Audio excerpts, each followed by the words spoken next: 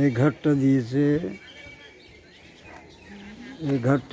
আমার ছোট ভাই প্রদীপ কুমার বিশ্বাস সভাপতিত্ব।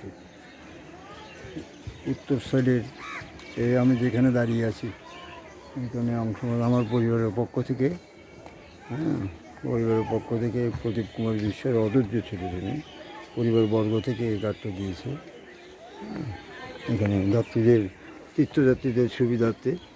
এটা হচ্ছে আমার বাবা, আমার ঠাকুরদাদা, আমার কাকার, যে ওর প্ল্যানিংয়ে, সে একজন প্রকৌশলী, তার প্ল্যানিংয়ে এই মন্দিরটা করা হলো। একটা বটগাছ এখন সেটাকে আঁকড়ে ধরেছে। ভবিষ্যতে মঠ মন্দিরগুলো যদি অস্তিত্ব না থাকে, কিন্তু গাছটা কিন্তু যুগ যুগ ধরে কয়েকশো বছর থেকে যাবে। আসুন, আমাদের শ্রদ্ধা ঋত্বিক দেবতা, আমাদের শ্রদ্ধেয় দোলনদা আসতেছে কৃষ্ণ মন্দিরের এখান থেকে।